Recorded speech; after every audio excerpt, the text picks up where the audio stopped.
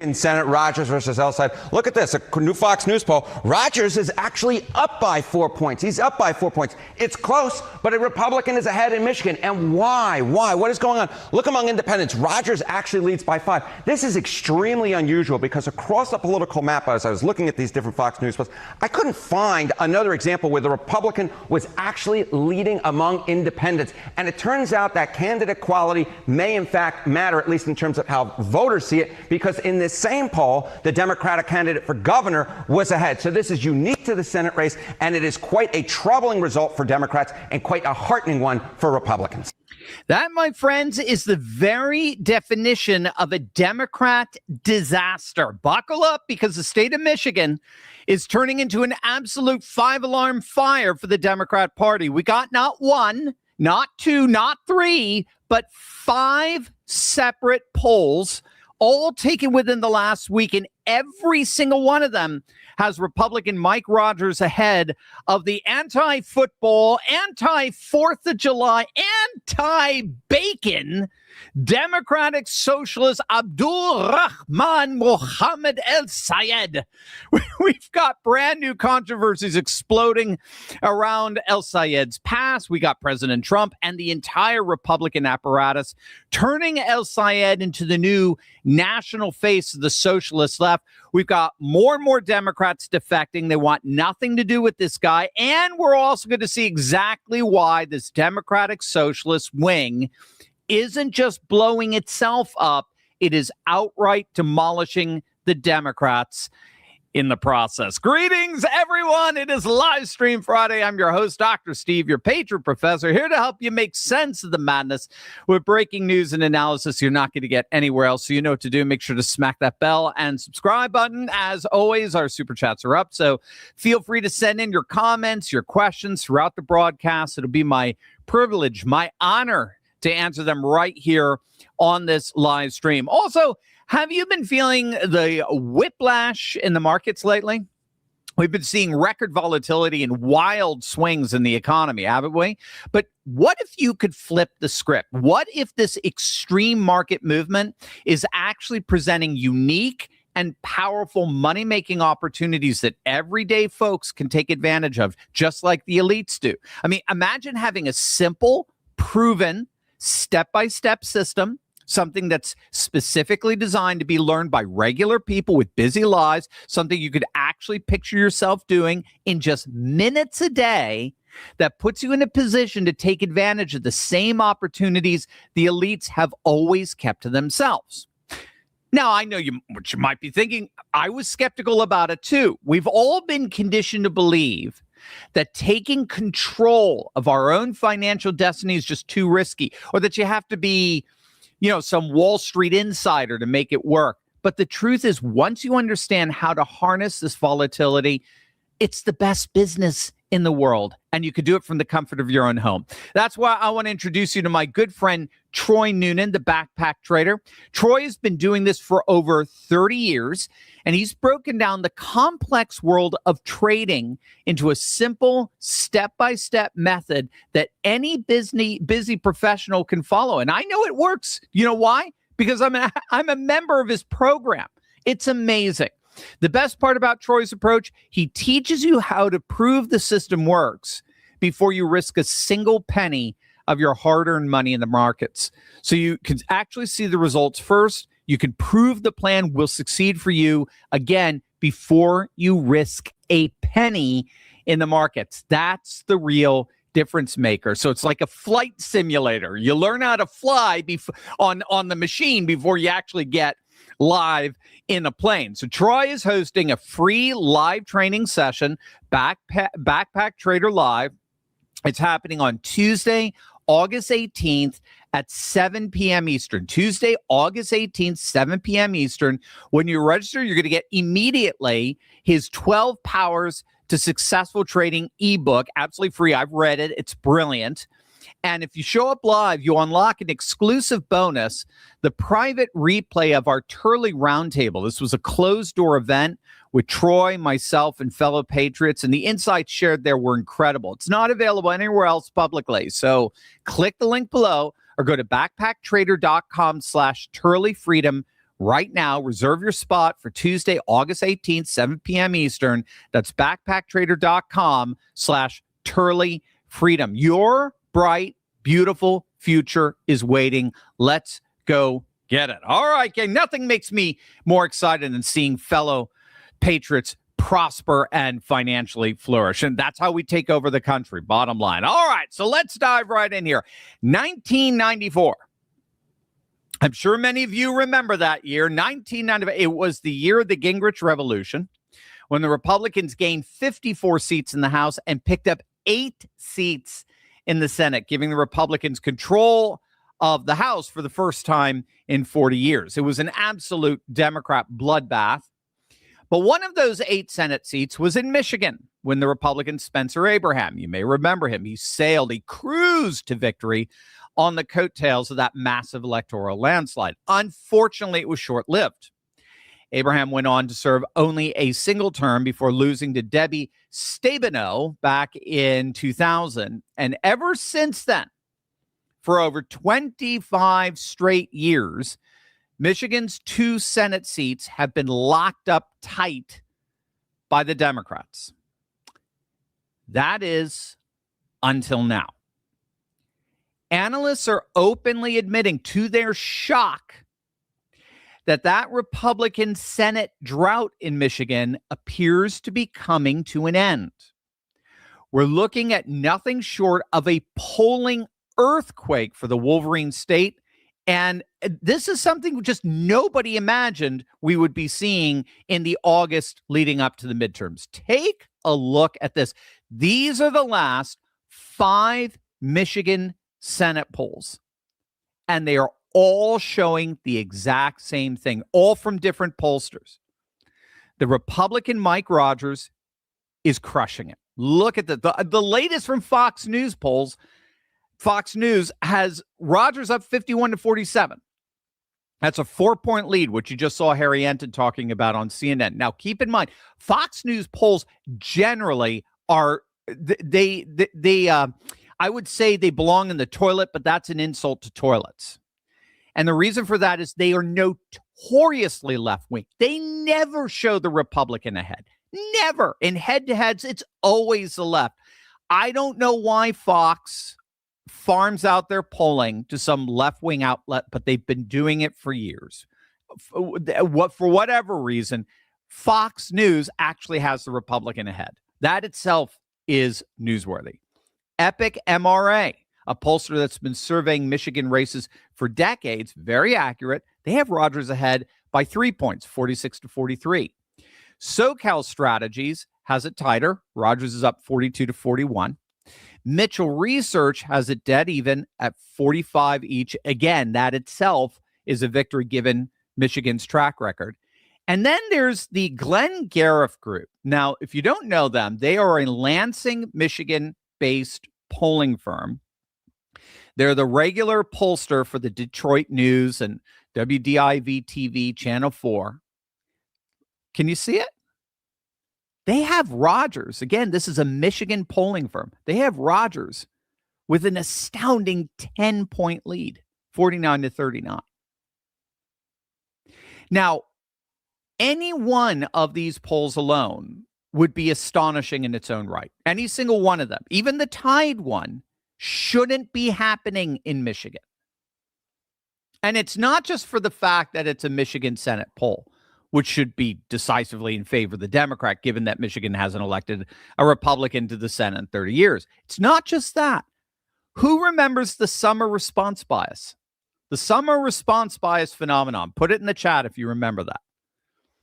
These polls consistently show the Republican ahead or tied in the midst of the Democrat summer response bias. If you don't know what I'm talking about, this is a long time pattern in polling. Democrats always, we saw it in August of 2024 when Kamala was leading Trump in almost all the polling. And I told you, don't worry about it. It's not accurate because it's a Democrat poll. It's a Democrat response bias.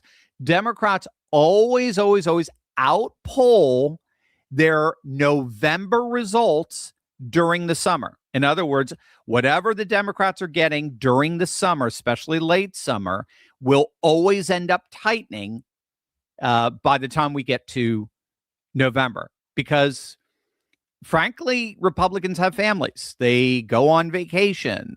They check out of politics altogether, especially, again, around August. And then they get back into engagement after Labor Day. So polling is almost always skewed inordinately towards the Democrats during particularly the late summer months. And yet, what are we seeing here? We're not just seeing one poll showing the Republican Mike Rogers ahead, or two, or three. Gang, we've got 5 different pollsters using 5 different methodologies, all landing somewhere between tied and Rogers by double digits. And in other words, another way of analyzing this, among all 5 of the most recent polls coming out of Michigan, not a single one shows the radical Democrat El Sayed winning. Not one. During a summer response bias. Why? What's going on here? We don't have to look very far. We have to just look a couple of weeks back to El Sayed's bruising primary. That race was the most expensive Democrat Senate primary in American history. More than $80 million poured in, much of it from outside groups doing their best to stave off this challenge to the Democrat establishment by this radical cultural Marxist nut, El Sayed. And when the dust cleared, it was to no avail. El Sayed did win, but barely. And I mean barely. We're talking by a point. Now, like his counterpoint in Wisconsin, the ultra-wacko lunatic Francesca Hong, he was leading in all the polls, some by double digits. It all looked like it was going to be a blowout. But the results in the primary were shockingly close.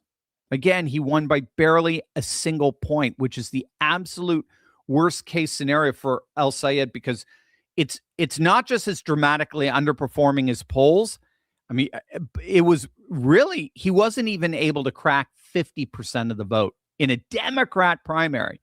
Now, you have to remember, in primaries, historically, you want a solid win. Okay, Mike Rogers ran unopposed. I mean, he got Trump's endorsement. Nobody even challenged him. So he had the primaries, as it were. But generally speaking, in primaries, you want to dominate, because primaries are often the general election of microcosm. So it's a preview of how things are going to play out in November. And not cracking 50% and winning by barely a single point is the very definition of a disastrous primary, especially when you're running against a candidate as lackluster and pathetic as Haley Stevens. I mean, she was a disaster. And still, El Sayed barely beat her. And we know why.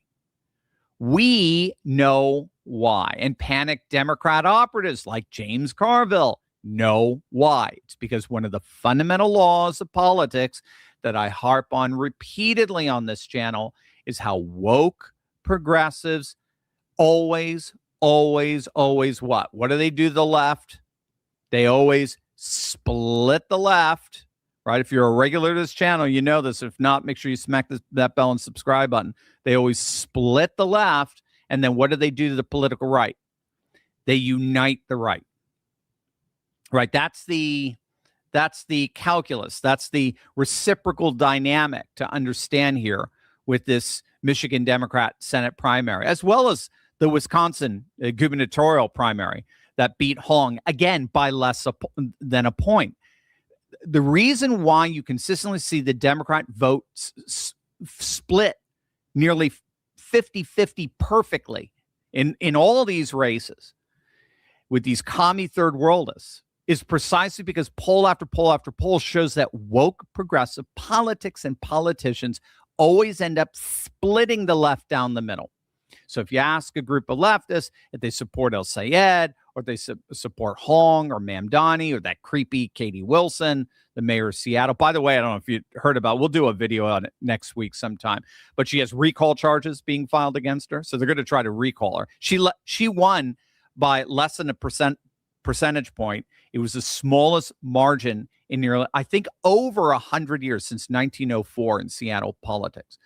But what you'll find is, if you ask Democrats, do you support these crazy commies? You'll see half the Democrat Party will say yes, absolutely, they're all in. But the other half, the Bill Maher half, the John Fetterman half, the James Carville half, they'll say, heck no. We want nothing to do with these guys. Even what's his name? Joe Scarborough went on a freaking rant against these people the other day. Even MSNBC is turning against these people. Bill Maher is openly, publicly stating he will vote for J.D. Vance before he votes for these Marxist socialists. So this is why these woke progressive socialists, if they win, generally squeak by with a very, very low margin win. And who's giving them that win, by the way? Well, the latest Fox News poll is quite informative here. Take a look at the demographic breakdown on who's supporting who in the Michigan race. White voters overwhelmingly side with Rogers, 56-42. That's common. Democrats haven't won white since 1964. Non-white voters side with El Sayed by over 42 points. So that's not even remotely competitive. But again, there's no news there. Non-whites are doubling down on Democrats. That's just par for the course. Men support the Republican by double digits. It's almost even with women. Again, nothing new there. But then look at this. White women with college degrees. White women with college degrees. Look at that. They support El Sayed by over 20 points. Now, that data point overlaps almost entirely with the DSA, the Democrat Socialists of America's own national membership survey, which found that its base is 85% white. It's just 4% black and 9% Hispanic. And 80% of their members hold a college degree, at least a bachelor's degree, more than double the national average. 80%, only 4% of its members work blue-collar jobs, while roughly 60% hold professional or managerial positions where they're obviously miserable in. And that's exactly what we saw with the El Sayed primary. Working class voters in Michigan wanted nothing to do with them. Again, we're seeing this confirmed in the Fox News polling data. White men without college degrees support Mike Rogers overwhelmingly, right? By 30 points, 63-27. White women with no college degree support Rogers overwhelmingly by over 20 points, 60-38. But white women with college degrees overwhelmingly support El Sayed. Again, I've said it before, gang. I was in academia for 20 years. I'm your patriot professor. Thank you for liberating me from that. Thank you, seriously. These college campuses are the real sleeper cells. These radical Marxist professors, these privileged professionals, are radical ideologues that are deliberately brainwashing our students. And Trump needs to crack down on the radical anti-American third worldism, the cultural Marxism. It's not just the transgender, the trans athletes in female sports. It's the actual crap that they're teaching to our students that's infested our nation's universities. He's got to crack down, or else this insanity is only going to get worse. That said, as things stand, the reason why you have Democrat strategists like James Carville absolutely flipping out over the socialist takeover of the Democrat Party is because he's reading that very same data. He knows that they're political poison. He knows that they don't just split the left. At the very same time, these radical Marxists unite the right against them. If only 50% of Democrats support these commies, 100% of Republicans oppose them. So that means there will always be more voters to come out and vote against them than vote for them, except in the most radical municipal and cosmopolitan enclaves across the nation. Again, where they still only barely win, like Katie Wilson winning by less than 1%, or even Mamdani. He only won with margins in the single digits. So that's where they've been winning, but they can't win statewide races in states like Michigan or Wisconsin, both of which voted for Trump in 2024. At least it doesn't appear that they can, and they certainly can't win nationally, not with data like that. And so that's why you have the Mike Rogers campaign absolutely mercilessly doubling down on Abdul Rahman Mohammed El Sayed's radical wokeness. He's going full Glenn Youngkin on him, right? That was Youngkin's strategy back in 2021 for his successful gubernatorial campaign in Virginia. Youngkin mercilessly doubled down on the Democrats' wokeness in that campaign for the express purpose of splitting their base while uniting his own, and that gave him a Virginia victory. Rogers is trying the same thing here, rightfully so. And by the way, keep in mind, this is before he's dropped a dime in real hardcore attack ads. It's not coincidental that we're beginning to learn of all the woke insanity that El Sayed has been spewing over the last several years. Take a listen to this. People in the name of this American idea, right? Whether it was, quote, manifest destiny and destroying Native Americans, or it was the transatlantic slave trade, where, you know, folks who, quote, founded this country on the backs of Native folks that they destroyed, then captured people, enslaved them, and had them work their fields because they thought it was their right, right? And all of this, like a lot of these narratives, you kind of see echoed in the ethos of football.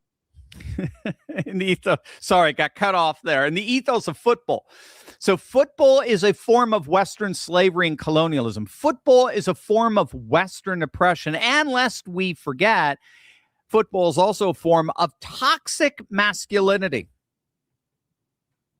Is very much associated with a, you know, particularly masculine and oftentimes toxically masculine culture. And so much of it was about, you wanted to be able to get back up and play for your team, and you really aren't allowed to show pain or vulnerability. That's part of the sport. Now, seriously, let's just do a little thought experiment here. The fall is upon us.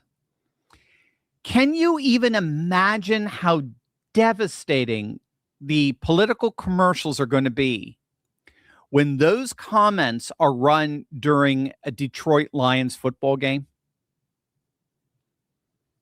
I mean, you don't have to be a political genius to figure out that the vast majority of Michiganers don't talk that way. Those comments are political poison for the Wolverine state. But that's nothing. What about the 4th of July? In the 4th of July, in a since deleted July 2024 video, El Sayed declared, quote, "Fireworks suck." And he urged Americans to find another way to celebrate July 4th. He cited air pollution, damage to the environment, chemicals used in fireworks, danger to children and pets, and their potential to trigger PTSD in veterans. This was but one of over 100 videos El Sayed scrubbed from YouTube before launching his Senate campaign. And if abolishing fireworks weren't bad enough, he wants to abolish the Second Amendment as well. I mean, he's not even shy about this. How do you think that's going to go over with the good people of Michigan, particularly those in Michigan's rural areas? Remember, if I recall, Pennsylvania is the number one per capita, most highest density membership of NRA or the Gun Owners of America and the like. Michigan isn't far behind. Where Pennsylvania goes, Michigan tends to follow. Oh, and by the way, he hates bacon. I kid you not. That's the latest one. He compared bacon to plutonium. He claimed they're both carcinogens. We need to stop eating bacon. I don't even know what to say. I mean, the old saying, there's an old saying that people have given up bacon for religion, but far more people have given up religion for bacon. Right? I mean, this guy's a walking disaster, and it's not even September yet. No, a dime hasn't dropped into this campaign yet from Republican op research. Did I mention, oh my, you're going to love this. Did I mention his sister? If you thought he was bad, let's just say we ain't seen nothing yet. But first, gang, if you are just joining us, our super chats are up, so feel free to send in your comments, your questions. It'd be my honor, my privilege to answer them right here on this live stream broadcast where we are, as Rush used to say, having more fun than a human should be allowed to have. Also, one of the most frequent questions I get asked by our audience is, Dr. Steve, is now really the right time to buy gold? I mean, it's through the roof. I mean, it's a fair question, right? It's had a tremendous run. Silver's moving higher. So naturally, people are like, did I miss it? Is now the time? But I actually think that's looking at it the wrong way. The real question isn't whether gold has already gone up. The real question is whether the reasons for owning it have changed. So just think about where we are today. Central banks all over the world are buying up gold at record levels. Global debt continues to explode. Geopolitical tensions aren't going away. I mean, these are the very trends that we've been talking about on the channel for years, identifying why gold is such a great investment. But if those trends haven't changed, then why would the case for owning physical gold and silver? That's why more people are taking a closer look, not because they're chasing price per se, but because they're responding to what's happening in the world. Some are purchasing physical gold and silver directly. Others are moving a portion of an IRA or 401k into a gold IRA as part of their long-term wealth protection strategy.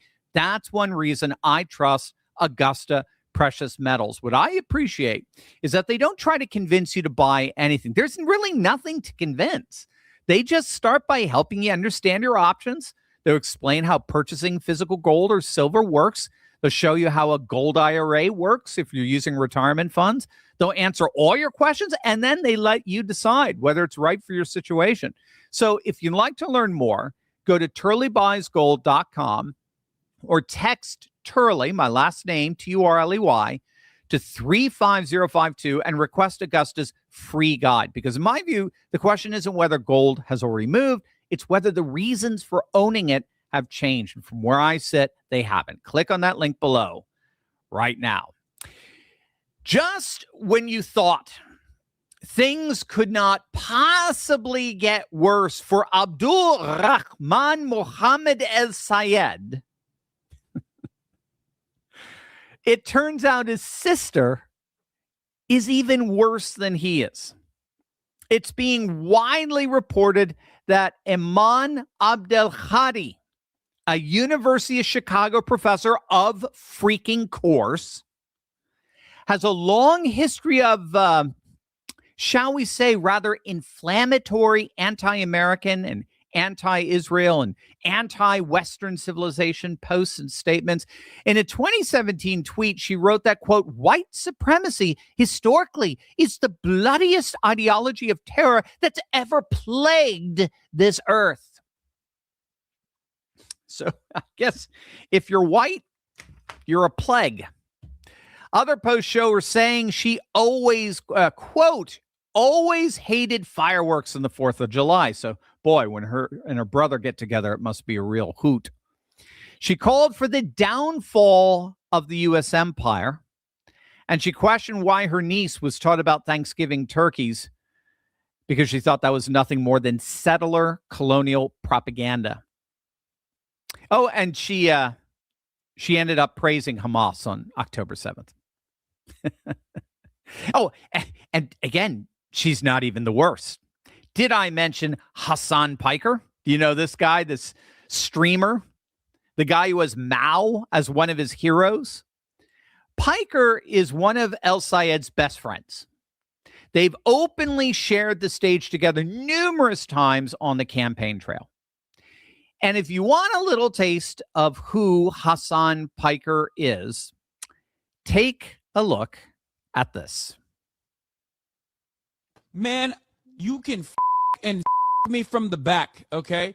I the Constitution. I wipe with the Constitution. It's a piece of paper, dude.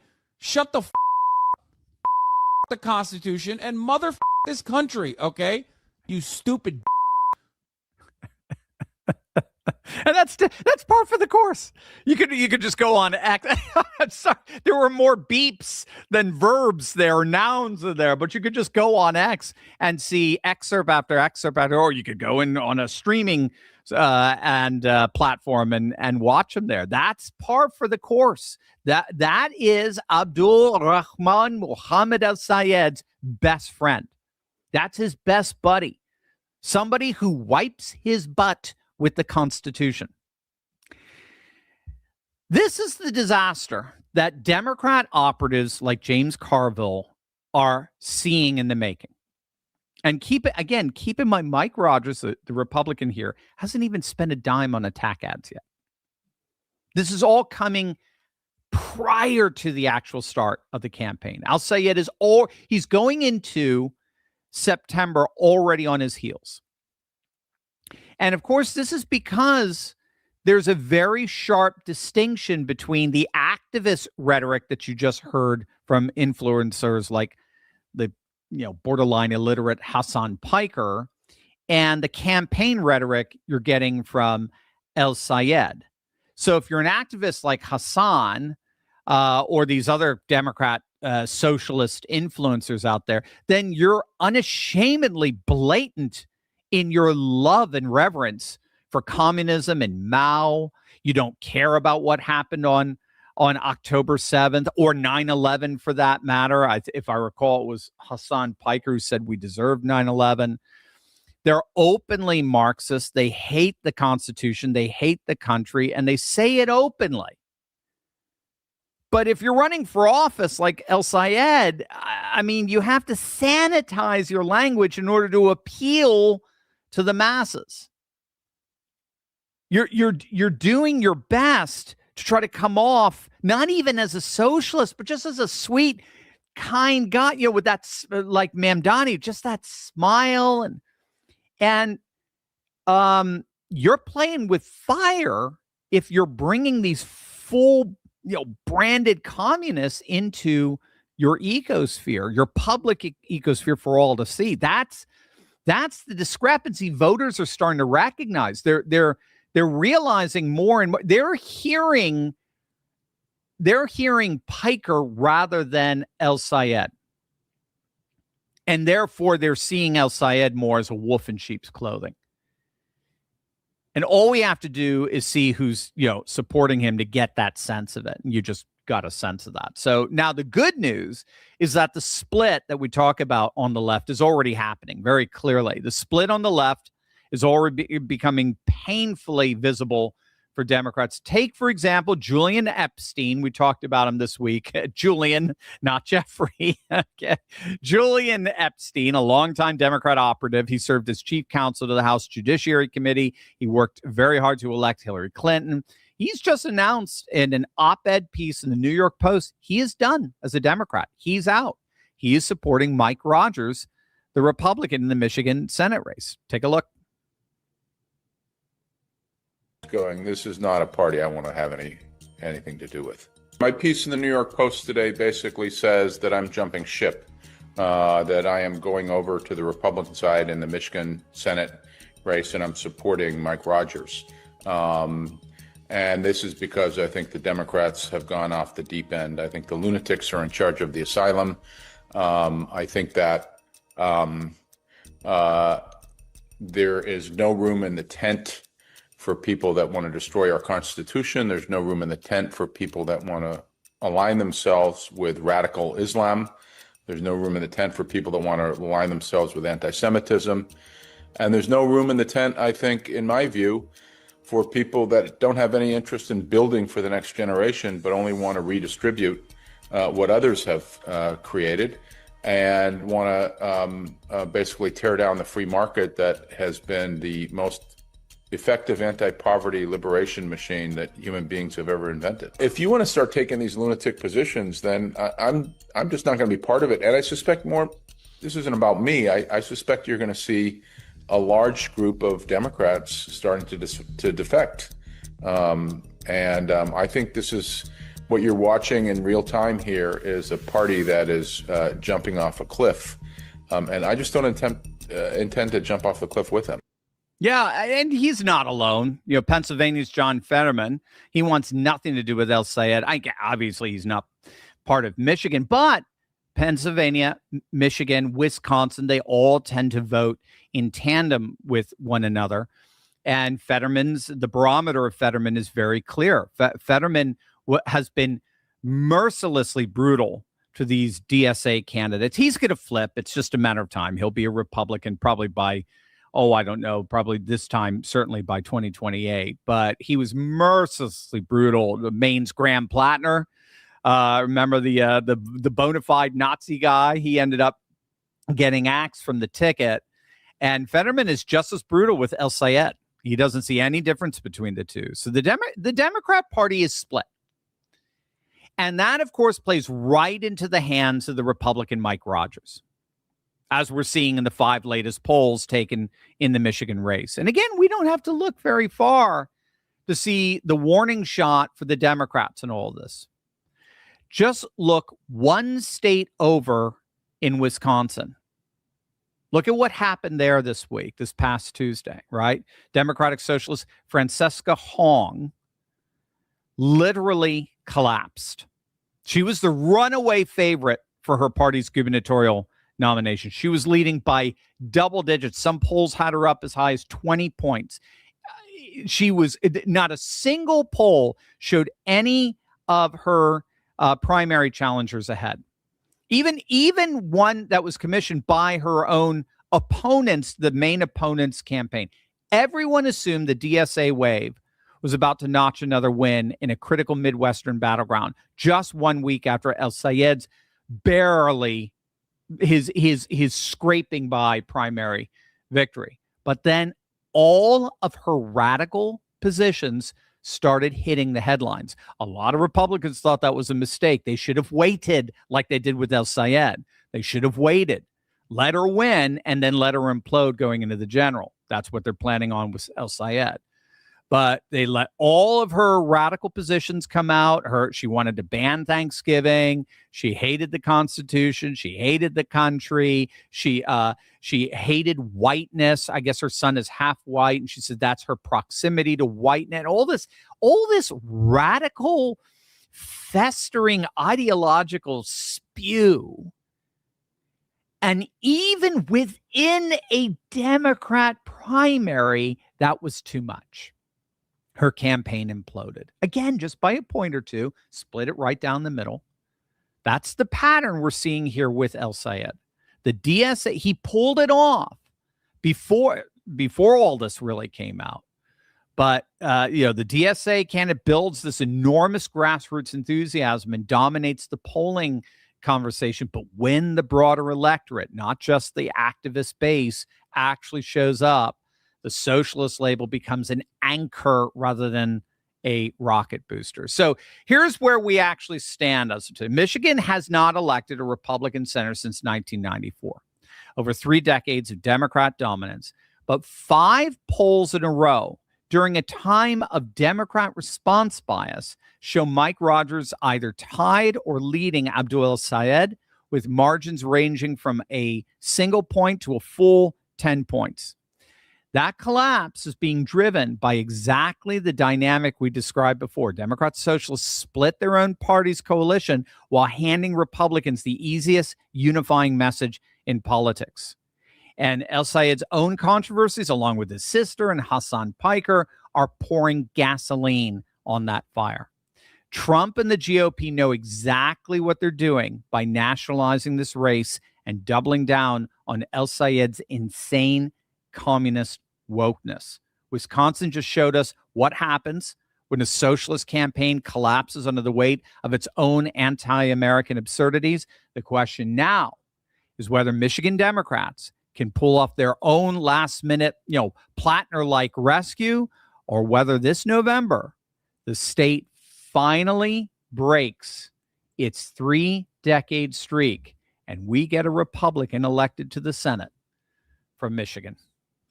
Over to you guys. Over to you. Our super chats are still up, so fire away. Any comments or questions? It'll be my honor to answer them right here, right now on this live stream. Also, did you know that U.S. life expectancy peaked at 78 years back in 2014? And global life expectancy is declining for the first time in 30 years because people are aging faster than ever before. And this is largely due to more toxins in the air, chemicals in our soil and food, and other external factors that are new to us. Now, what most people don't know is that we can actually fight aging on a cellular level. Scientists have discovered that kimchi actually slows the aging process of human cells, helping to protect them and delay aging. The power of nature can outweigh the power of pharmaceuticals without all the nasty side effects. And now you can get all the benefits of kimchi in a simple capsule with Kimchi One. I take Kimchi One every single day. I absolutely love it. Each capsule delivers over 900 probiotic strains plus antioxidants and enzymes that support your digestion, metabolism, and skin health from the inside out. As we age, we become more susceptible to microbial threats, harmful viruses and bacteria. But the beauty is that Kimchi One's a natural antimicrobial. It helps your body fight off harmful bacteria, viruses, and even toxins while boosting immunity and energy. And best of all, Kimchi One is 100% made right here in America. It's all natural, non-GMO. So do what I do. Support your gut, protect your cells, and feel younger every day with Kimchi One from Brightcore. Today, you can actually get an exclusive offer just by clicking the link below. Use code TURLEY for 25% off your entire order. Or for an even better deal, call my friends at Brightcore. Give them a call for up to 50% off your order and free shipping. Give them a call right now at 888-597-0233. That's 888-597-0233. All right, Josh, what do we got? Benton, how many of the key principles of the Nuremberg Code, voluntary consent, yield favorable results, animal preclinical work, avoid harm, no lethal risk, right to withdraw, preparedness, has Anthony Fauci and his cohorts violated? If so, should they be legally held accountable in a state court of law? Wow. Are you assuming even, are you suggesting even internationally? Sounds to me, if you're bringing in the whole Nuremberg thing, that's a good question. I can honestly say I've never even thought about it. I think the walls are closing in, right? We've got his diary, we've got his cell phone, his iPhone that he was using as a government phone. It has tens of thousands of texts. It has all kinds of information that shows what he was actually believing through his own words. He can take the fifth all he wants. His diary and his phone can speak for him. It shows the radical contradiction, discrepancy between what he was believing privately with others and what he was saying publicly. And that alone, I think, is going to sink him. You have, I think, 17 states and counting ready to bring charges against him. I just think that's inevitable. They're going to do it. They know Fauci and the Democrats lost this. Fauci, the legacy media, and the Democrats lost the argument. It looked like from 2020 to 2022, it looked like they won it because it was a manufactured consensus. Nobody could push back against it.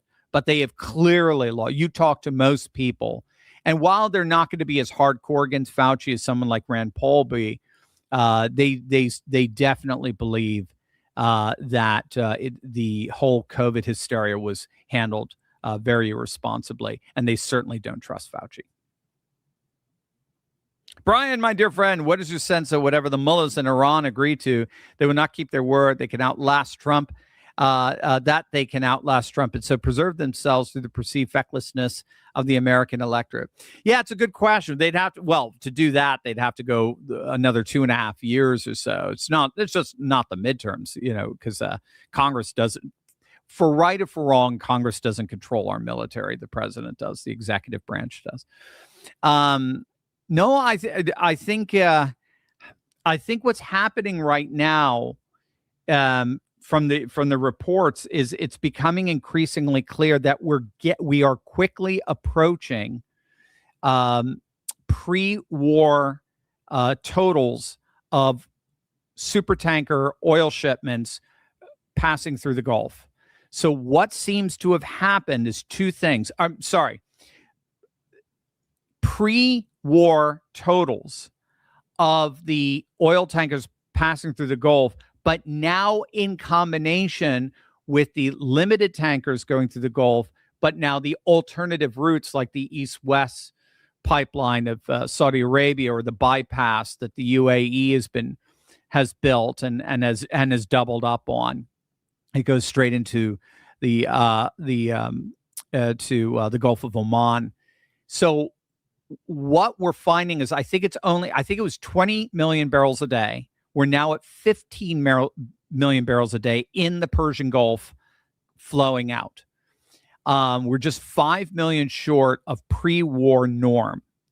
And that's from the combination of oil tankers passing through the strait and oil tankers passing through alternative routes, rendering the strait superfluous.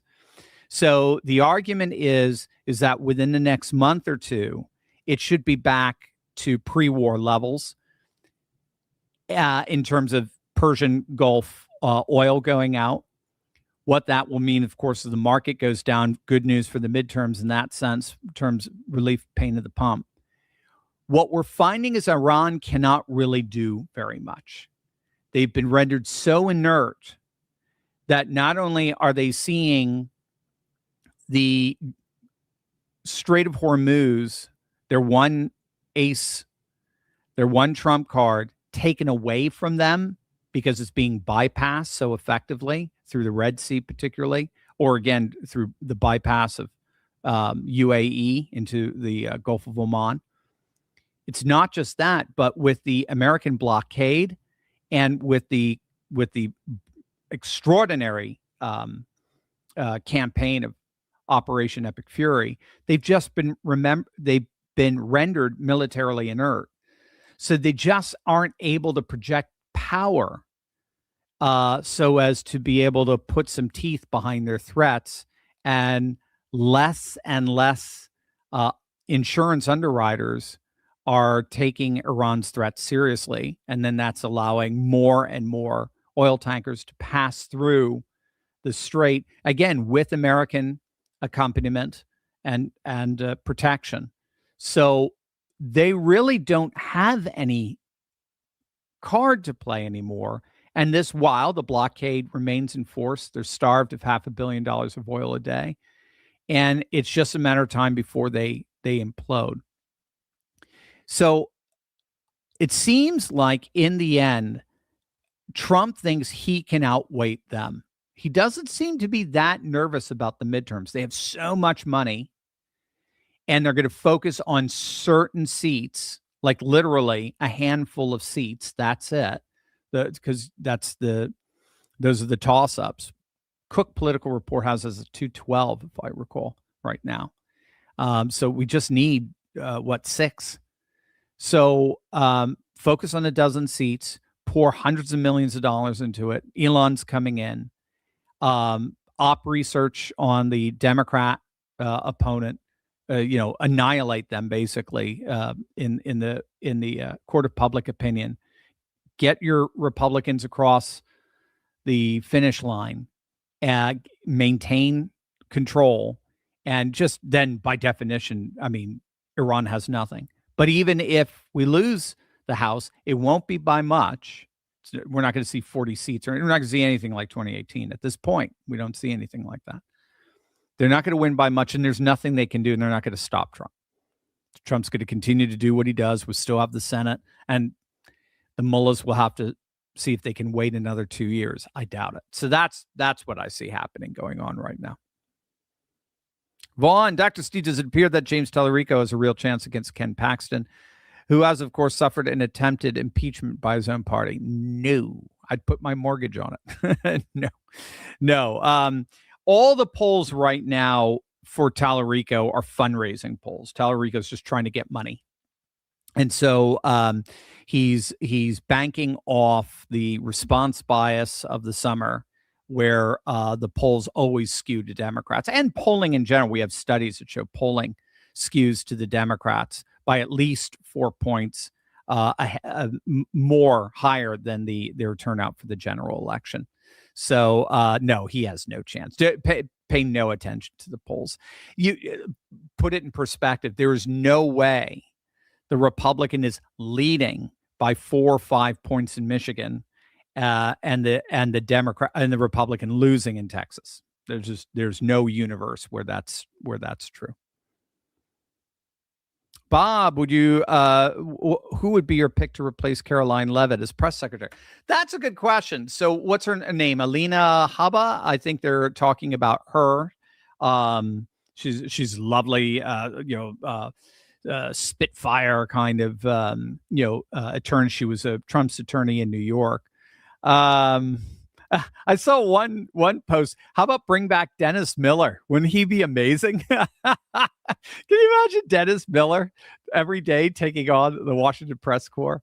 So so far he's had an incredible run. I thought Sarah Huckabee Sanders was very, very good in the first term. It was a hard one because she had to deal with the Russian collusion nonsense and so forth, because it's the Republican establishment was trying to take him down. But you also have you had Caroline Leavitt. She was even better. She was brilliant. And he's probably going to go with another very attractive female, good on the camera, and just even better intellectually and rhetorically. So probably Alina Habba. Max, you should react to Candace versus the Wilson debate. Did it already happen? I will. I'll take a look at that. Isn't that the one where she was offered? Is this Andrew Wilson? She was offered like $300,000 to debate. I don't know why he does that. Not to be a jerk about it, or a detractor to it. But debates don't necessarily. You can be very slimy in a debate. You can avoid things. You can dodge things. You can do things where you come out okay, even though Wilson would just slaughter her with reality, basically. So anyway, I'll check it out. I didn't know they already did it. I thought she was still dodging him. But Robo Guy, I know Trump is combating Islam, but at this rate, I don't know whether or not he may need to do more extreme methods so we don't end up like Europe. Maybe not kill, but just full-blown exile, legal, illegal. Yeah, no, I'm with no. We're way behind Europe. I mean, Europe. France with their Algerian colonies and so for France, there's some we don't know. There's no hard data here because you're not allowed to ask religious persuasion, as they call it, across the pond when you do a census. But it does appear to be upwards of about 10% of the population there. Here, it's just 2 or 3% at tops. And with the immigration policies having changed and so forth, it's going to be harder for them. We're seeing obviously, the Haitian refugees being 500,000 being deported. They were on the TPS, and now it's the temporary is finally kicked in. But it's third worldism that's the real concern. It's not even Islamists per se, because again, they're just a tiny, tiny minority. There's more Amish than there are Islamists, as I understand it. Maybe I should backtrack on that. I have to look. There's not quite 1 million Muslims yet, so no, I'll take that back. There are Amish yet, so I'll take that back. That's not right. But my point is that they're not the biggest group out there, but they have tremendous influence because of third worldism, not necessarily because of their presence. And third worldism is a radical Marxist communist. This is why they're not socialists, they're communists. It's a radical communist ideology. I believe it was forged in Algeria in the 1960s. And what it effectively argues is that Western civilization is the planet's greatest evil and basically needs to be eradicated. And the mass numbers that are going to eradicate is the 1040 window, or better known as the third world. And the third world is symbolized. The third world struggle is symbolized by the Palestinians, but it could be symbolized by tenants in New York, and the oppressors are symbolized by the Israelis, who are outposts, as it were, for Western civilizations. They're proxies for Western civilizations. Or it could be symbolized by landlords, greedy landlords, right? It could be symbolized by Israeli soldiers in Gaza, or by police, right? That's why they want to get rid of prisons. They want to defund the police, get rid of prisons, because prisons are effectively concentration camps for this third worldist ideology. And the religion that dominates the third world is Islam. So Islam gives a sanctity to this third worldism. And, but of course, the irony, reality always bites back. The last religion on the planet that you want to champion as a liberator of colonialism is Islam. Right? I mean, Erdogan, the president of Turkey, his daughter was at some liberationist forum and said, it is time that we decolonize the world from Western powers. And the ratio that she got was insane. Okay, let's start with Hagia Sophia. Let's start with Constantinople. Right? I mean, if you want decolonization, Islam would basically have to go back to a little tiny section in the Middle East, because its whole expansion has been and nothing other than an era of colonization and takeover, as it were. So there you go. Rebel Squirrel, Dr. Turley, in your opinion, how much of what we're seeing with the rise of MAGA populism and that of the DSA is a product of generational change? Oh, a lot. Yeah, no, there's studies for that. That's a very, very good question, Rebel Squirrel. So there was an original thesis known as the cultural backlash thesis that said that all of the nationalist populist movements in the United States and Europe were sort of the last hurrah of a dying, boomer white male population, and that all the polls show that Zoomers, Gen Z, are wonderfully left-wing and woke and liberal, and therefore it's just a matter of time before our politics shift from this radical far-right nationalist populism of, Grandpa Joe, and we're now and then embracing more the dominance of left-wing wokeness. That didn't happen. It simply didn't happen. And what we found is a couple of things. One is the politics of a 19-year-old are not the politics of that same person when they're 29 or 39, for that matter. Politics change. We have studies that show you get 1% more right-wing every year you age past the age of 24. So that's the fundamental flaw with that thesis. But the other one is it depended on studies that appeared to be deliberately skewed, because when it came to the actual polls that matter, that is elections, we found that voters under 30 were most likely to vote for Germany's AfD or France's National Rally or Spain's Vox Party or the Dutch Freedom Party in the Netherlands.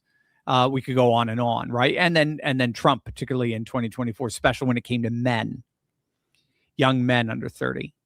So now it's happening as well with Hassan Piker. He's sort of the anti-Charlie Kirk, the vampiric Charlie Kirk, right? Vampire. Dracula is the Antichrist. Christ is the son of light, as it were. And Dracula is the son of darkness. And Christ offers his body and blood to be fed on, whereas Dracula feeds on bodies and blood. Christ offers a true resurrection and Dracula offers the false resurrection, right? So that's in effect Hassan Piker. He is the anti Charlie Kirk, and he's very popular among a young demographic that just have lost a lot of trust and confidence in our country's institutions. So Trump and the MAGA movement have been tapping into that delegitimation very effectively. But now the DSAs are tapping into it as well. And so what you have to be careful of is, because populism doesn't see things so much as left versus right, but people versus permanent political class. The reason why that is so serious is because they can flow back and forth between right and left. They can vote right populist and then they can vote left populist.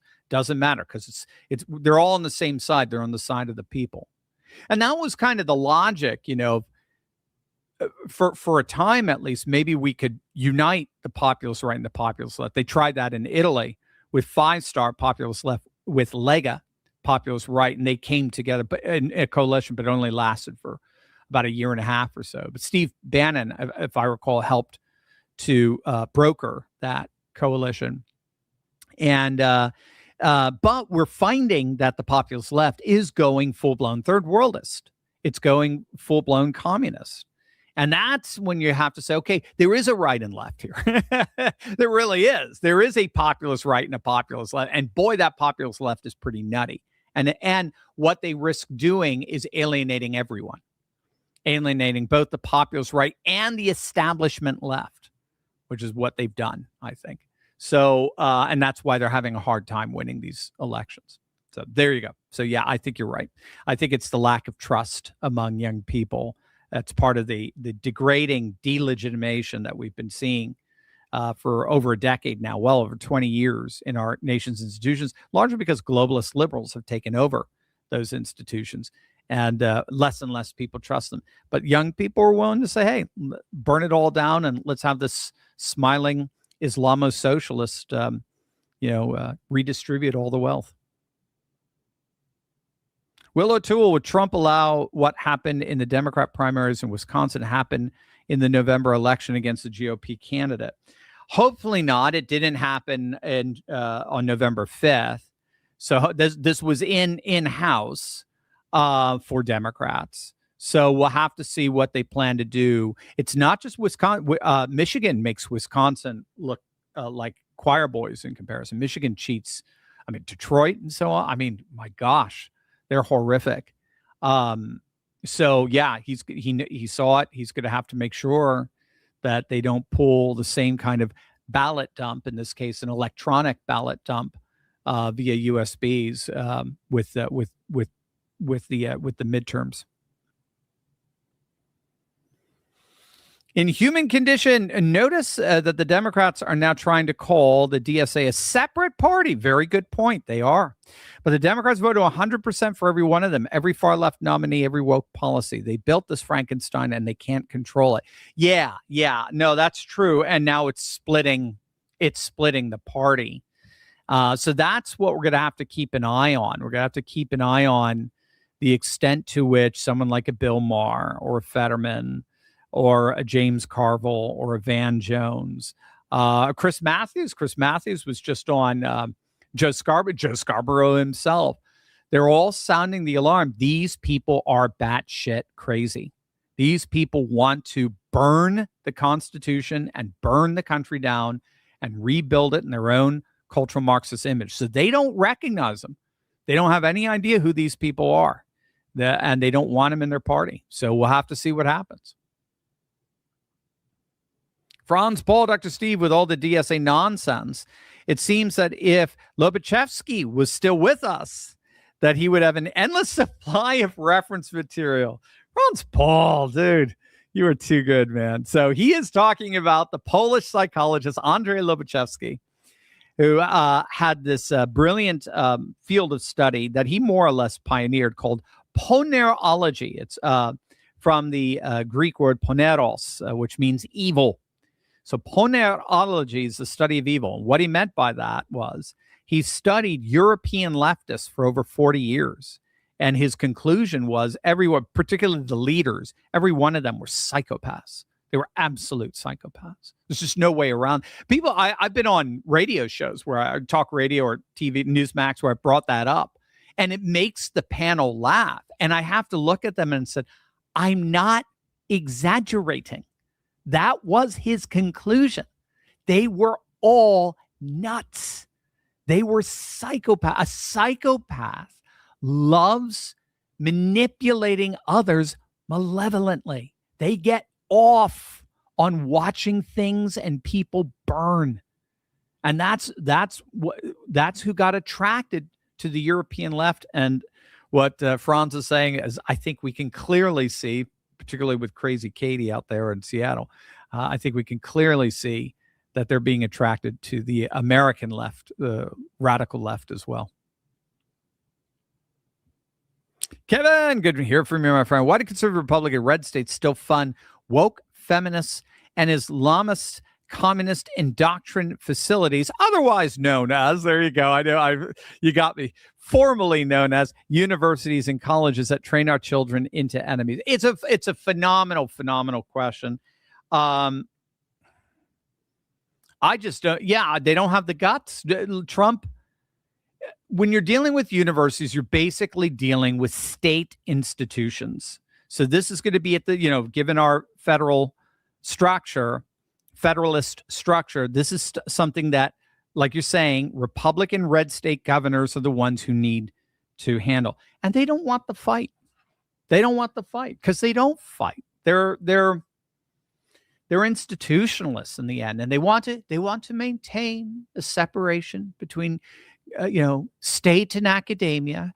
Heaven forbid the state tell you how you have to think. So we turn academia over to, how did you put it? Woke feminist Islamist communist indoctrination. It's insane. They need to start taking this very, very seriously.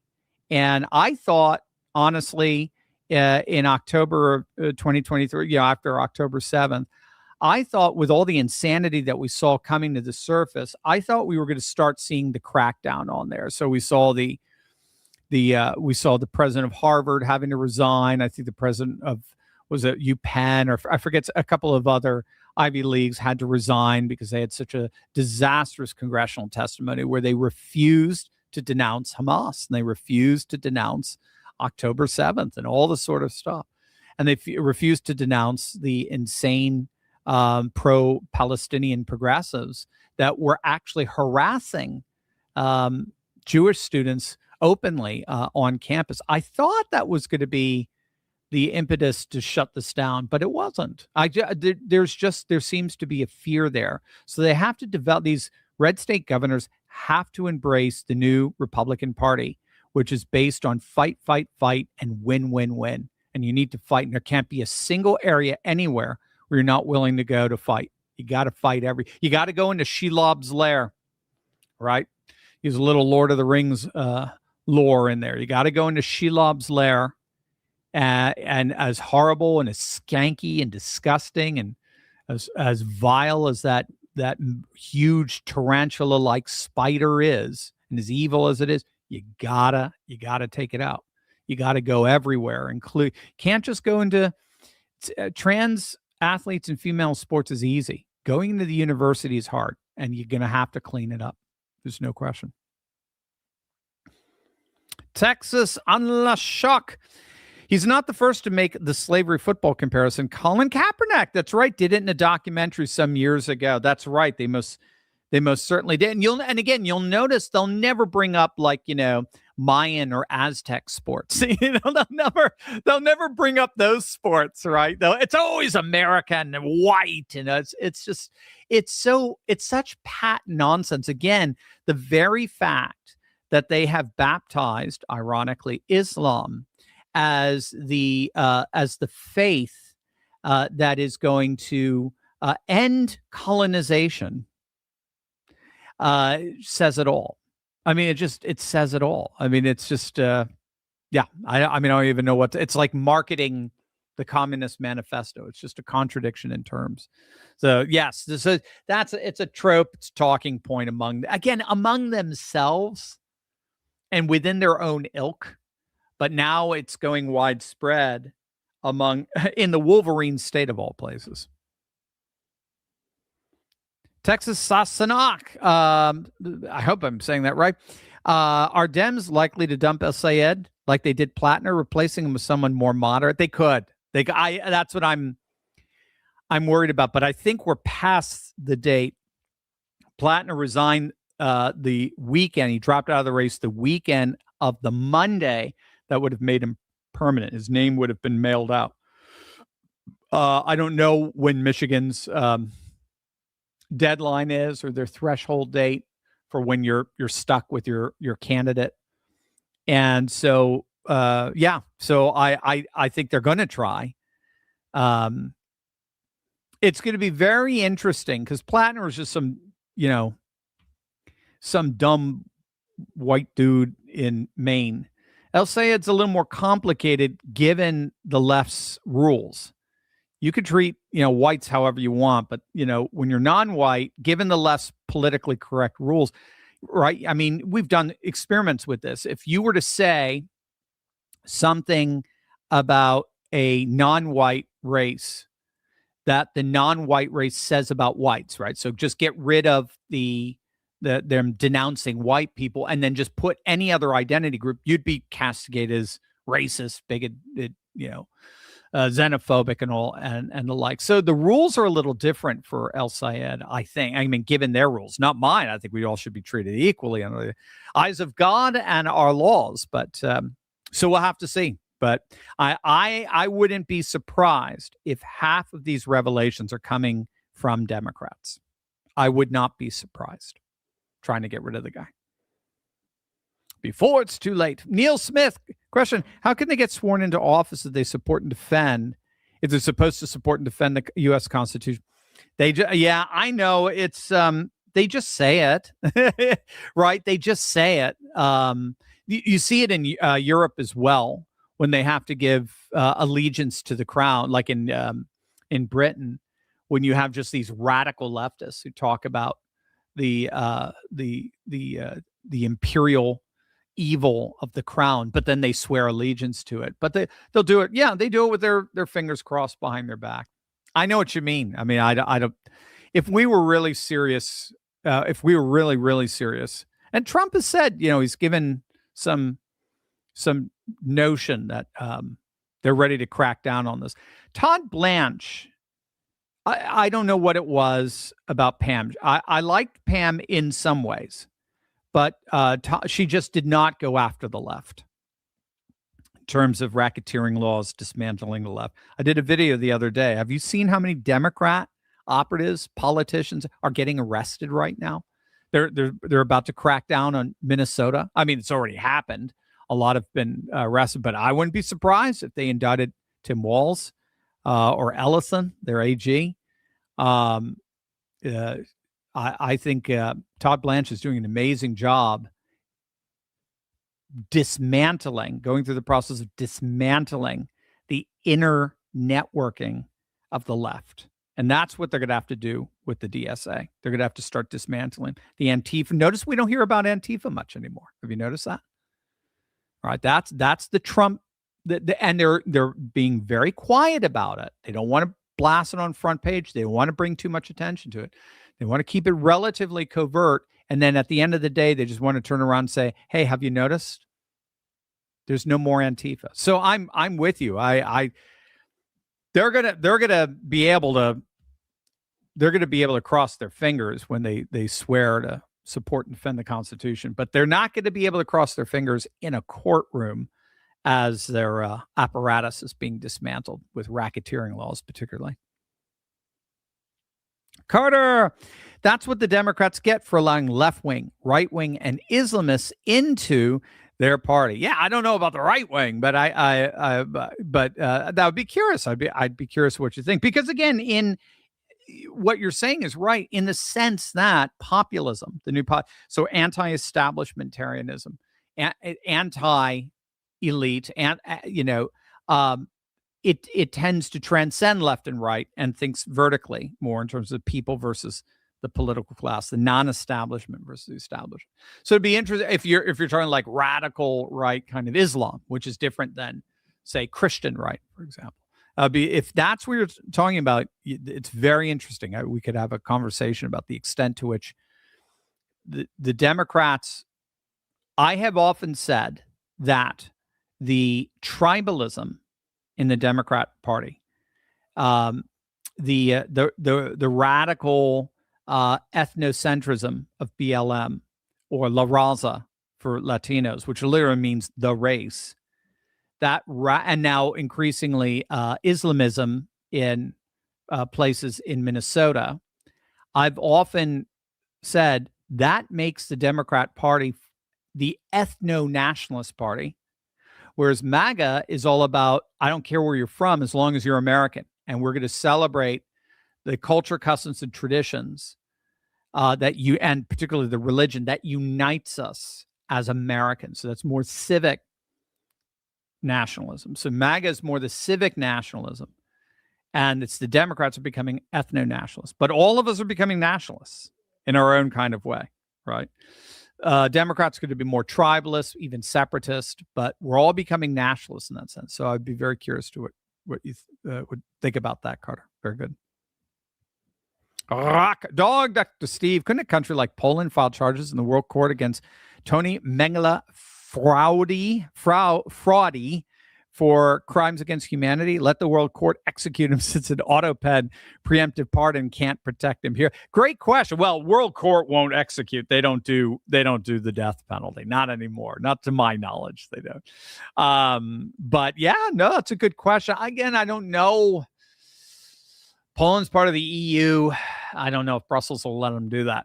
It's a good question. I think Brussels will protect because they were complicit in that. So you do have that problem. The problem with Europe, when all said and done, is they're basically vassal states.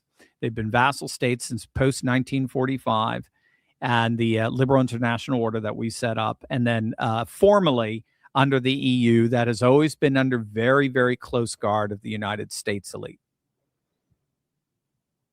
Mitchell, how does the administration get a message that gas and food costs will go down, seeing nothing but doom and gloom from influencers? You just have, you really need, you have to turn them off. You do. They're not reality. We're just not seeing it. We're not seeing it in the polling. We're not seeing it in the voter registration. We're not seeing it in the fundraising. They're not reality. And so they appeal to their own little transnational, right? All spread, or trans state, I guess I should say, following that are themselves, half of them are probably just doomer libertarians who are always dooming. They're the Lou Rockwell kind of crowd, but they're very, very small elected. They couldn't save Tom Massey. They certainly couldn't save MTG. I know she resigned, but she probably would have lost if she was up for re-election, given the rhetoric of what's happened. Trump would have come out against her, and they would have put up a viable opponent that would have knocked her out in the primary. It's probably why she ended up resigning. So, they're I just don't think they're that influential, to be honest, in the end. So that's why what I try to do is I just try to analyze. I try to be descriptive rather than prescriptive, and I try to be a cheerleader for the morale of a new civilizationalism that's rising up that has, for whatever reason, some bizarre both through the legacy media and supposed right-wing influencers to demoralize them in every way that they can. Robo Guy, by the way, kind of wishing those leaving New York City would come to New Jersey. Anything to help Jersey turn red. Hell, what if Staten Island becomes part of New Jersey? I'd be for that. Yeah, Staten Island secession has been talked about now for decades, right? We've done some videos on that. Whether they want to become their own state or hook up with Jersey would be a great question. I'm sure there are. I'm sure they're coming to Jersey. I'm sure a lot are. I've heard they've been coming to Connecticut. Home property. So I grew up in Connecticut. My family's still in Connecticut. And property values have been going up in Connecticut for like the first time in 20 years. Because so many people have been leaving blue states. But now property values are going up because people are leaving New York. So it'd be curious to see. I would be very curious to see if property values are going up in Jersey. That would be very interesting to see. But yes, that would be part of the refugees, and they would certainly end up making New Jersey more red, which is a process that's already going. The voter registration is moving gradually toward the right. We were hoping it was going to move faster. Last November was unfortunately a real, just splash of cold water in the face. And we have a ways to go with Jersey. But in the end, I think we're going to see Jersey finally flip. It'll flip, I think, before Connecticut. Texas, they keep touting communism as the great equalizer for human vices, but it's the other way around. It indulges vices with no mitigation, while capitalism, which can as well, inhibits vices by attaching a price. Thoughts. Very good. I didn't think about that. That's. I mean, capitalism does open up possibilities and potentialities and so forth. If you're talking about, if you're talking about human wrongs or behaviors that are not conducive to a flourishing society, yes, a capitalist society will give you that freedom. But that, if you think it through, that's not real freedom. No one in their right mind would choose a penultimate good to a greater good. And the greatest good is God. God is good itself. And then there is what we call a chain of being that cascades down from that. And choosing infinitely lesser goods in the face of a greater good is not rational choice. It's not freedom. It's being duped. Yes, you're choosing it, but your freedom is itself warped. So I do think that capitalism has the way of unleashing the entrepreneurial spirit and ingenuity, like we're seeing, for example, with Elon, or we've seen with Singapore and the like, or even sort of post-Maoist China. It's been able to unleash human creativity and aspiration in a way that socialist governments simply can't, because Russia always said it. They in effect punish achievement rather than celebrate it. So yeah, I think in the end you're absolutely correct. There's always a cost to things in capitalism, but even more so, there's always a profit, and the profit is the greater good. But again, a true profit, a sustainable profit where we're all profiting. You don't want to profit in such a way where others are harmed or hurt. Mama Baz, we need to bring back McCarthyism and have them rounded up. I agree. Who more in history has been vindicated than McCarthy? Good old Joe McCarthy. Pat Buchanan was, I remember reading Buchanan back in the 90s. I was right from the beginning. It was my first biography I read of him. And this is rightly, if you guys know my story, I became a conservative through Rush back in 1994. So my first election I voted in was the Gingrich Revolution. I was a hippie Libby and playing in a music conservatory prior to that. And one of the guys, and then Pat Buchanan, he would go on to run for president in 96. I voted for him in the primaries.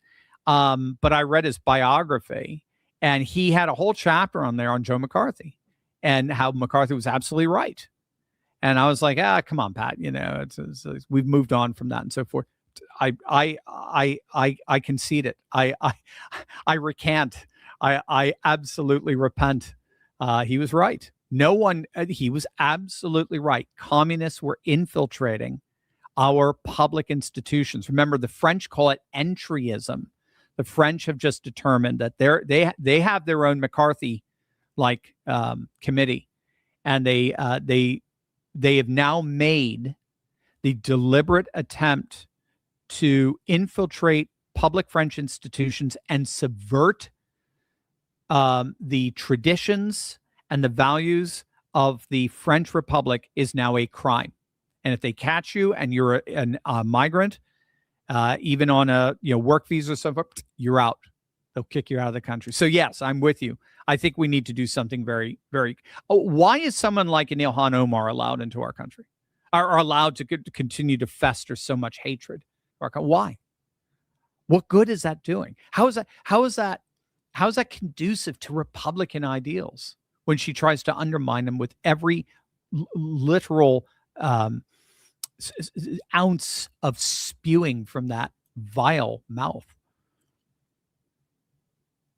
George Casey, has America had a long-term plan since the RGC took power to stabilize Iraq and Afghanistan, to ultimately dismantle Iran?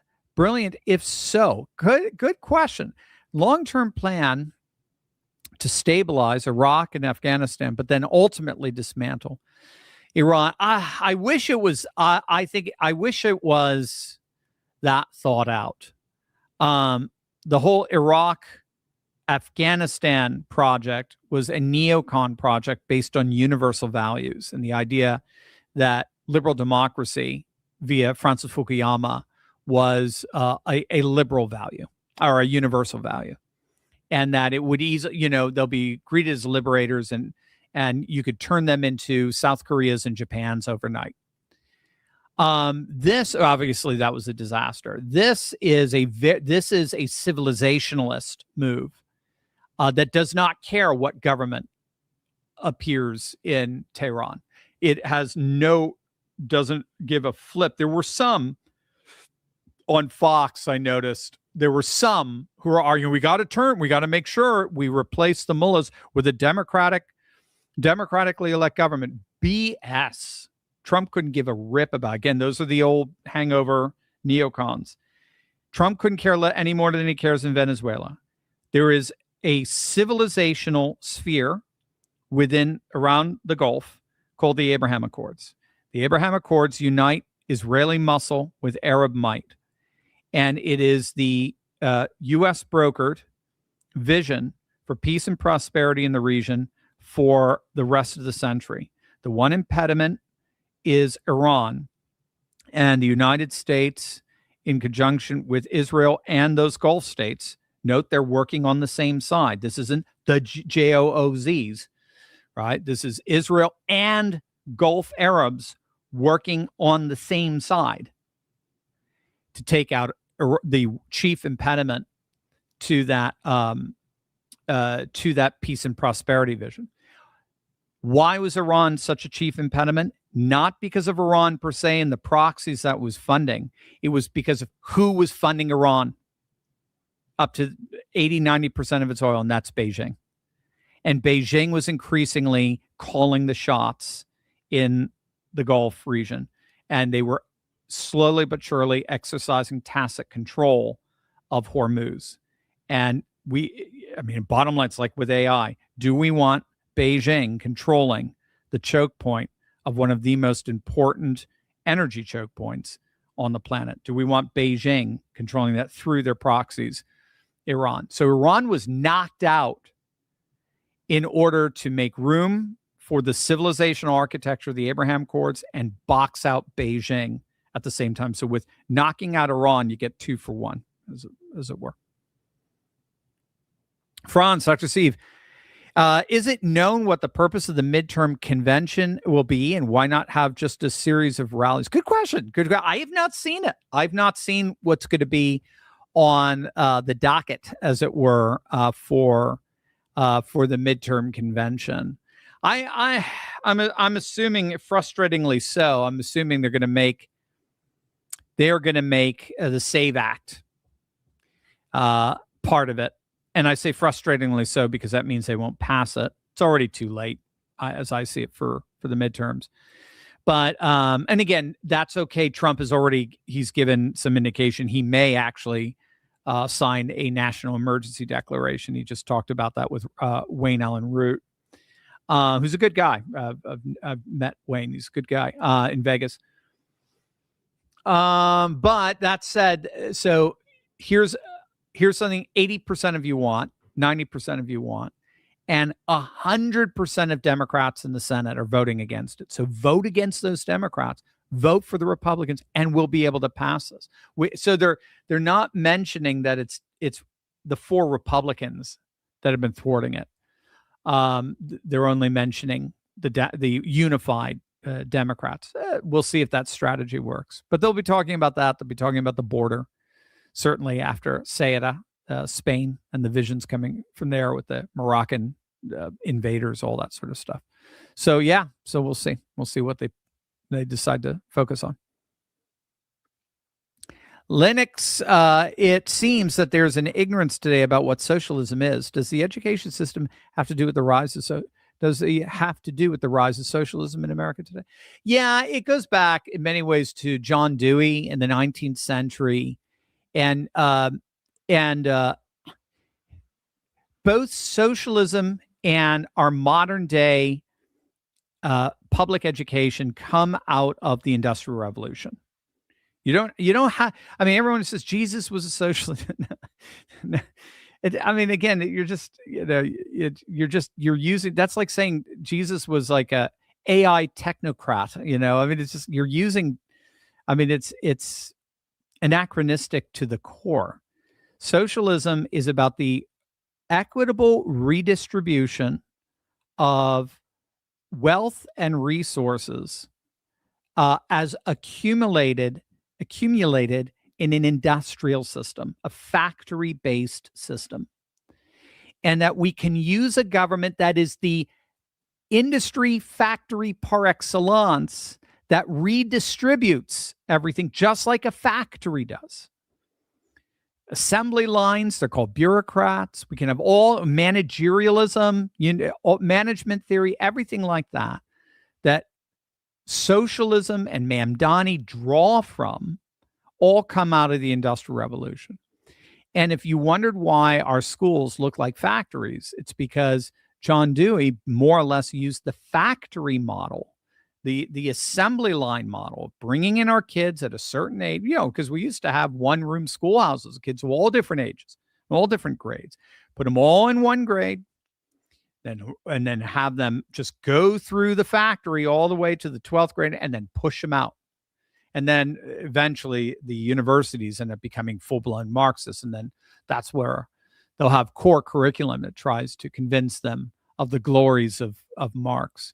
So yeah, it all goes back to the Industrial Revolution. It all goes back to the factory. And the factory becomes the model for both a managerial socialist redistribution and this sort of assembly line education. So that kids are more prone to it, for sure. WKRP in Cincinnati. Great show. Love it. Was that Lonnie Davis? Was that Lonnie Anderson? Lonnie, oh gosh, she was so beautiful. My 19-year-old son and all his friends are MAGA. When Musk broke the lib hold on information by buying Twitter, they lost the hold on this upcoming generation. Couldn't agree with you more. That's brilliant. I actually did a tweet on that. I retweeted his "Go F Yourself" speech. I forget what economic forum it was, but when he said, if you're gonna try to bribe me, blackmail me with money, go F. When advertisers were originally, this is before Trump won, when advertisers were originally holding back advertising revenue because of the SPLC and the Anti-Defamation League and all that. They're just left-wing activist fronts. He just told them, go F yourself. And I said, this day, along with November 5th, 2024, is the day we were finally liberated from lunatic liberals. We finally had the people we needed to say, go F yourself to the right people. And I couldn't agree with you more. That's beautifully put.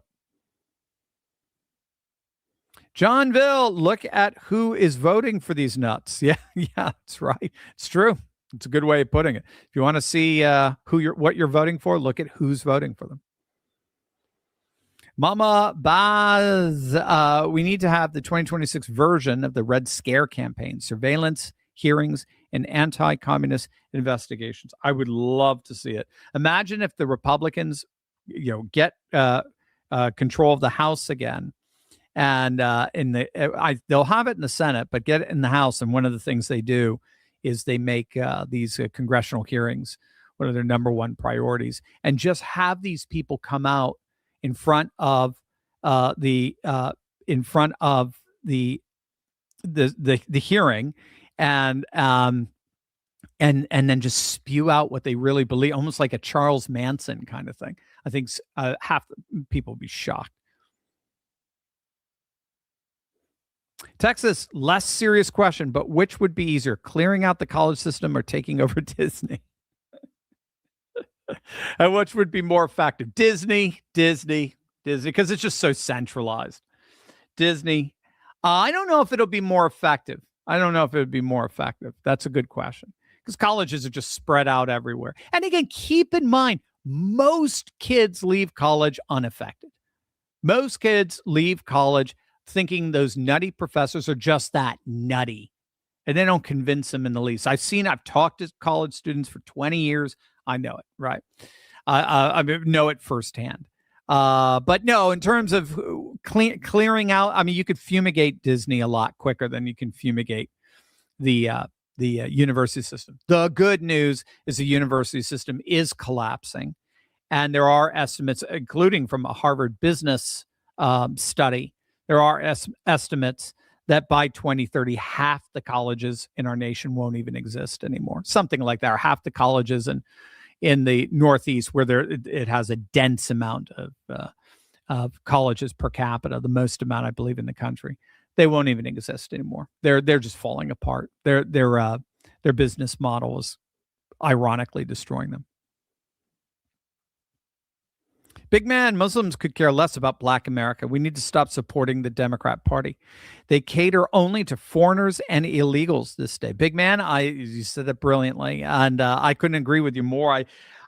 I think that, when you look at someone like a Thomas Sowell and other Larry Elder and other Black intellectuals, influencers, and so forth, they've been saying that for years, right? Democrats have never had Black interests. They've only exploited Black interests for their own gain. But now, you are starting to clearly see it. It is shifting. Even this Hassan Piker said some pretty vile things towards Black people.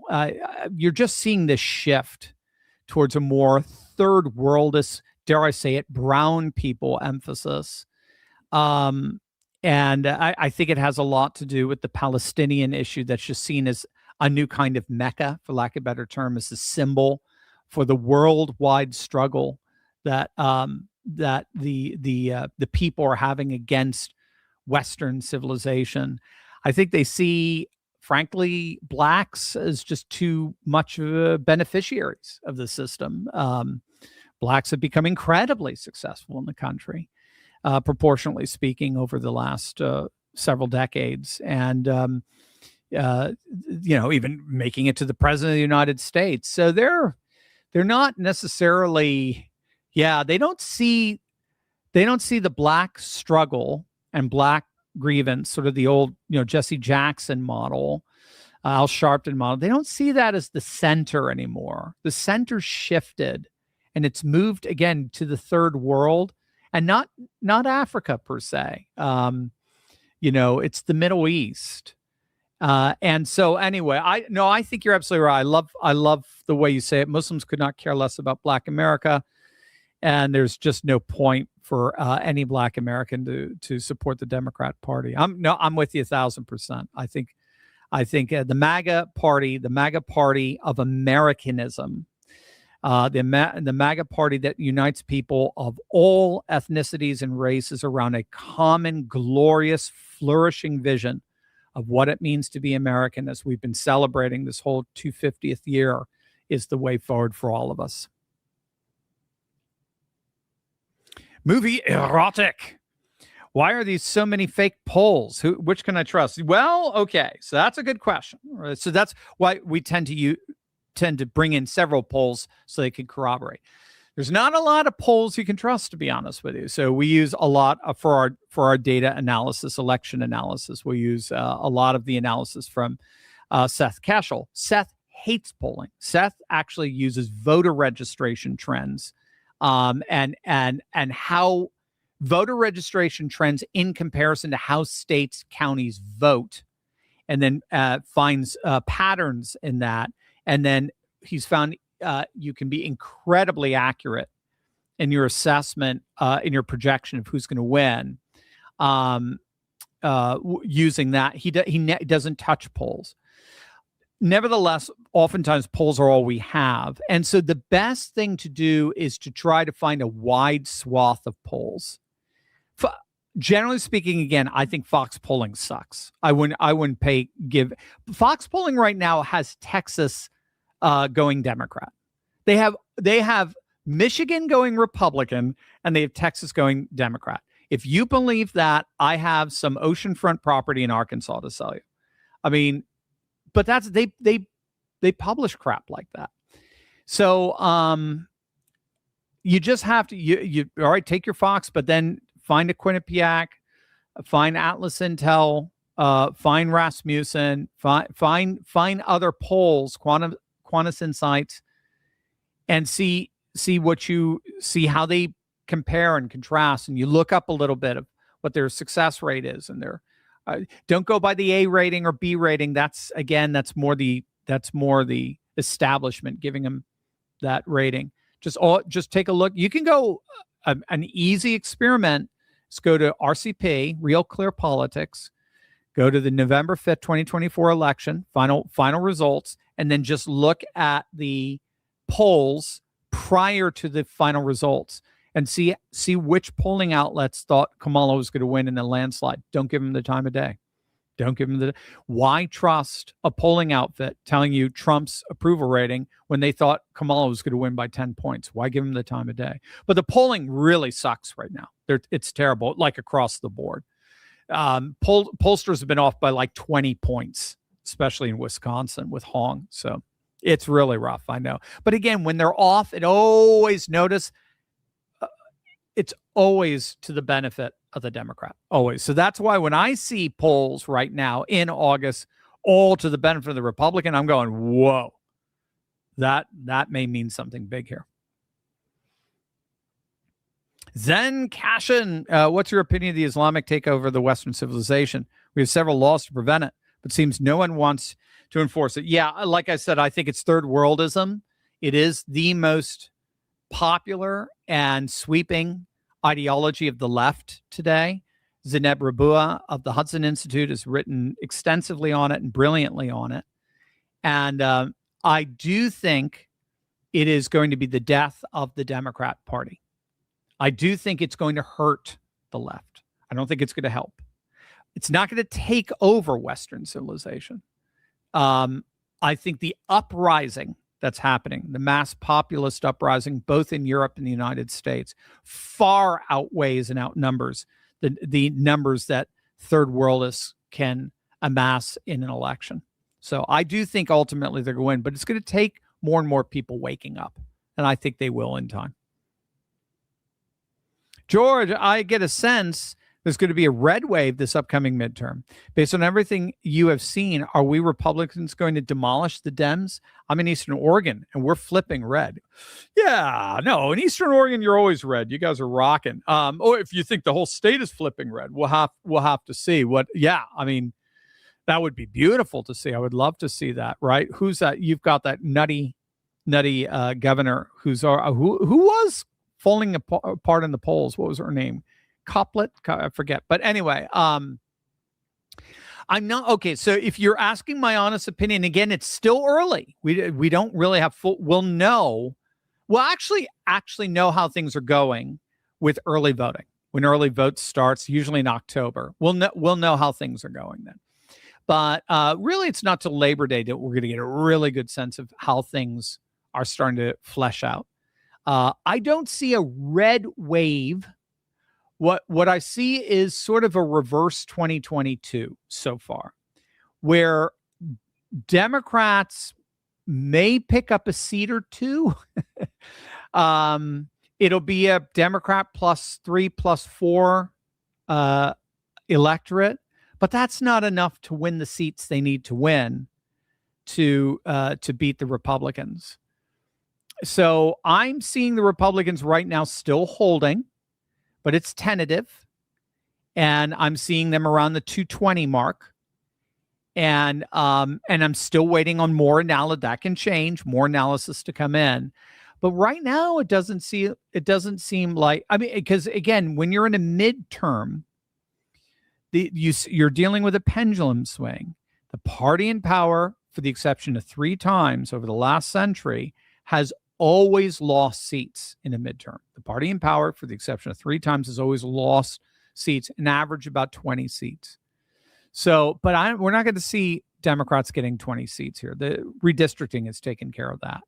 So I think it's going to be close, but I do see, because the Democrats are just so bad and so dumb, and they're losing the money game, they're losing the redistricting wars, and they're losing the registration wars. I think they're gonna fall. Wufagawi, how will the West deal with a hostile nuclear-armed Islamic Europe in the future? That's only if Islam takes over. I know it's frustrating, but there's more populist right than there is Islam.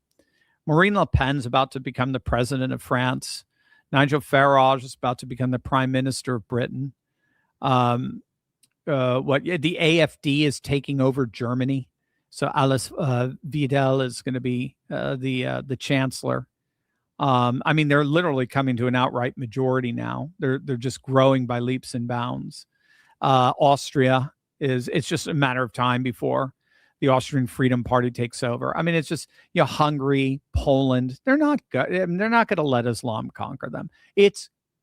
They've created a mess that the globalists created a mess that more and more Europeans are waking up to. So I refuse to think that Europe is lost, for good reason and with data. So, all right, guys, stick around with the channel. I will be your back porch professor tomorrow if anything happens. Also, a happy Dormition of Mary celebration for Orthodox and Catholics tomorrow. And have a wonderful weekend. And as always, make sure to smack that bell and subscribe button for breaking news and analysis you're not going to get anywhere else. Love you guys. God bless.